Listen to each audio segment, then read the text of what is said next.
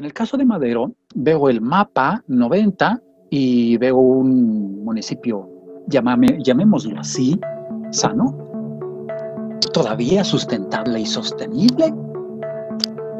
Pasamos al del 2000 y ¡pum! Ya empezamos a ver las manchas amarillas que indican que hay tala y deforestación está creciendo, y no tenemos una sola mancha blanca que implica erosión. Pero nos vamos al 2010, Gilbert, ¿y qué nos encontramos? El 33% del territorio de Madero, blanco. Blanco.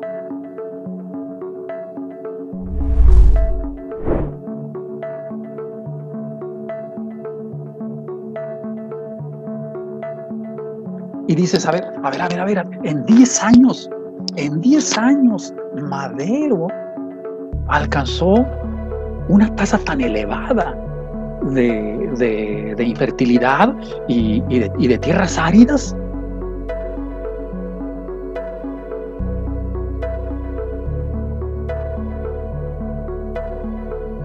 En Madero, la voracidad con la cual se están comiendo los bosques, pues queda demostrado con el hecho de que tenemos más de 12 aserraderos.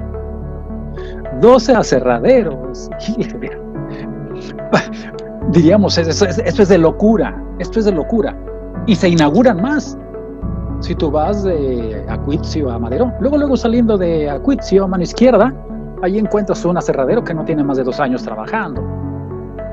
Un poquito más adelante encuentras otro nuevecito, no tiene, yo creo que el año trabajando. Dices, ¿por qué tanta liberalidad para permitirlo? Cuando tú sabes que esas son las mandíbulas que están destrozando los bosques de la zona. Cuando veo yo el mapa del 2000 a 2010, revisamos allí esta zona geográfica en donde aparece el encino. Madero tenía, te lo preciso y te voy a dar el dato por qué. Tenía una riqueza extraordinaria de variedad de encinos y de población de encinos, o sea, sus bosques son bosques combinados, templados, de pino, de encino, de oyamel, etcétera, ¿no? Y pues va resultando que en el inventario forestal del año 2010, a Madero solamente le quedaba el 13% del total de sus encinales. Solamente el 13%. 87% había desaparecido.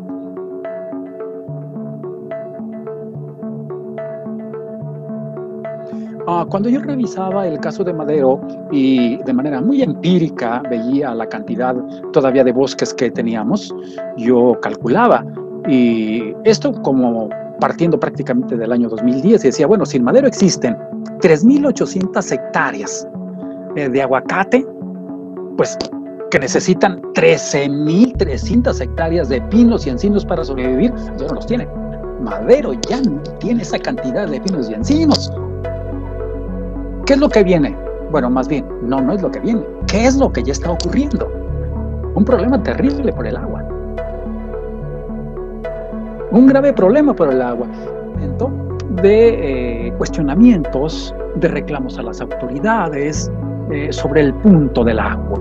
Pero, como ya te lo dije, Gilbert, esta desproporción no sustentable y sostenible entre cantidad de agua que requieres para una hectárea de aguacate y la que realmente infiltras a través de la lluvia, bueno, esto no hace falta ser muy inteligente ni haber tomado un curso de lógica para poder entender que lo que viene es un conflicto social terrible, un conflicto social que ya estamos mirando. Exportas tú con el aguacate, exportaste el agua michoacana, el agua michoacana está en otro lugar.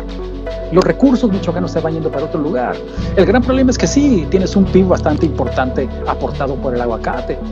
Bueno, pero a ver, revísame cómo se ha distribuido esto, cómo se ha reflejado en términos de riqueza de los michoacanos. Pues no hay.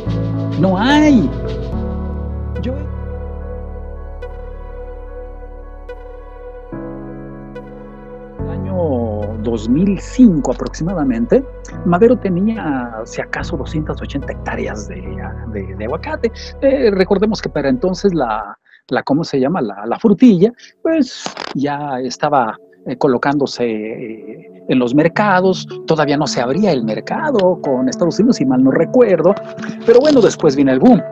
Se abre el mercado con Estados Unidos y se convierte esto en un negocio extraordinario. Y uno diría, ¡ay, qué bien por toda la gente que tiene sus tierras en el campo! Finalmente van a dejar de ser pobres, van a convertir sus parcelas en parcelas aguacateras y les va a venir pues la prosperidad, o por lo menos van a dejar de ser pobres. Pero, de acuerdo a datos de Coneval, para el año 2015, después de 10 años de que empezó a crecer la instalación de huertas aguacateras en Madero, Madero todavía tenía prácticamente el 80% de maderenses en pobreza extrema. Es decir, y esto lo adelanto, no necesariamente el crecimiento de este tipo de cultivos, que son bastante rentables, no necesariamente se traducen en un beneficio económico. O sea, no hay una derrama social para las comunidades. Y no hay una derrama social porque la manera en cómo ha venido creciendo las huertas aguacateras ha seguido la lógica de la economía no sostenible, no sustentable y no social. He hecho un cálculo en Madero de cuántos miles o millones de pesos se obtienen por el cultivo del aguacate, y de ellos en Madero no se queda ni el 5%. ¿A quién corresponde ese 5%? Al huertero que tiene 1 hectárea, 2 hectáreas, que vive allí y que por lo tanto paga salarios a alguien de allí, y que ese dinerito se queda con él en su familia. Eso es lo que aporta. El 95% no se queda en el Estado. ¿A dónde va ese dinero? Pues va a los grandes circuitos financieros. Es decir, no se refleja en inversión en Michoacán. Si esto se reflejara en inversión en Michoacán, es decir, que los aguacateros tuvieran, por decir así, un sentido de amor a Michoacán, estarían invirtiendo en otro tipo de negociaciones para generar empleo. No lo hay, eso se va. Y se va nuestra riqueza, la riqueza ambiental.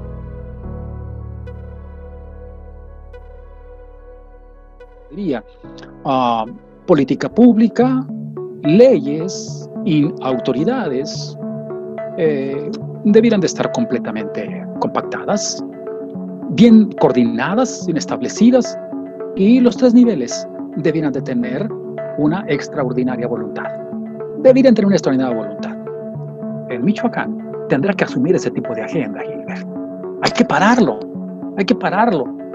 Que digan, no, es que eso nos da mucho del ingreso, el Producto Interno Bruto. O sea, bueno, sí es cierto, pero yo creo que tenemos que apostarle más a una política de desarrollo económico en el agro sostenible y sustentable y sostenible. No puede ser de otra manera. No puedes acabarte los bosques.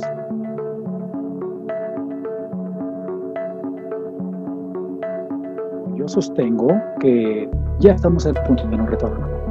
La maquinaria, Gilbert, la maquinaria económica, y esto, atención a esto, Gilbert, la maquinaria económica que está avanzando porque hay posibilidades de renta, de mercado, etcétera, está desbocada. Yo me pregunto, ¿cómo la vas a parar? Pero además ya tenemos datos, aunque no sean exactos, pero ese dato de fondo que te dice, en 25 años perdiste 1.3 millones de hectáreas y te queda solamente 1.2. Bueno, pues ya de franco, al momento de ponerlo en equilibrio, dices, oye, es que ya perdiste prácticamente la batalla. Ya estás en el no retorno. Es decir, primero tienes que parar esa maquinaria que está avanzando y tienes que crear alternativas en el agro. ¿Cómo le vas a hacer? Pero si además ni siquiera tienes una política ambiental firme, sólida, bueno, vas a tardar mucho tiempo en parar la maquinaria. Este tipo de empresarios no es el que se dedican de por vida al aguacate, a producción, sacarlo. No, no, no, no. Ellos se encargan, hacen en gran parte el trabajo sucio. Localizan, negocian, desmontan, contienen, etcétera. Logran que la huerta adquiera 1 o 2 años y pum, la venden. ¿Me explico? Ese es un negocio. Ese es un negocio. Es un negocio multimillonario. Te digo, ¿cómo vas a parar todo esto? ¿Cómo lo vas a parar? Entonces, a mí sí me tiene muy preocupado porque yo sí veo que es un asunto de punto de no retorno. Dices, bueno, el día en que el mercado colapse, que pudiera colapsar por el asunto del ingreso de China al mercado del aguacate, dices, bueno, ¿qué demonios vas a hacer?